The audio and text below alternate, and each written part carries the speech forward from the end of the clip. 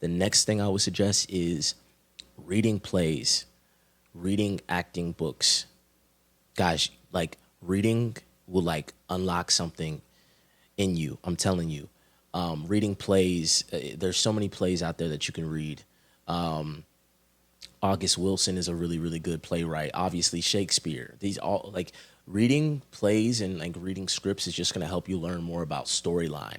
And storyline is imperative as an actor because if you can like learn like how the story progresses, it can help you with like character development and like basically the levels of your character in a story is super important to know because that makes your character have nuance that creates the story as a whole for you as the character and for the audience as well.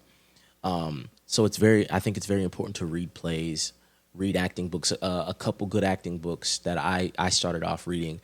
There's one by Tony Barr. It's acting. I think it's called Acting for the Camera. That's a super practical book, literally just teaching you more so like the technical aspect of just being in front of the camera and just being as natural as possible.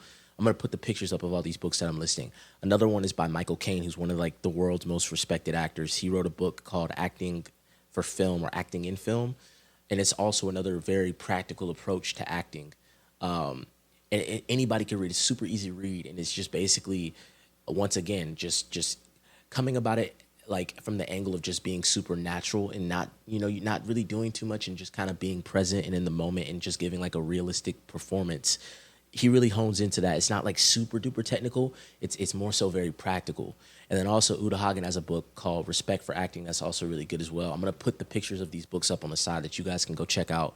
So yeah, those are just books that you can read, and they're really good. I've read them all, and these are also books that you can read over time and then go back to them over time. Also, there's another book by Larry Moss, who's like a world-renowned acting coach. I think it's called The Intent to Live.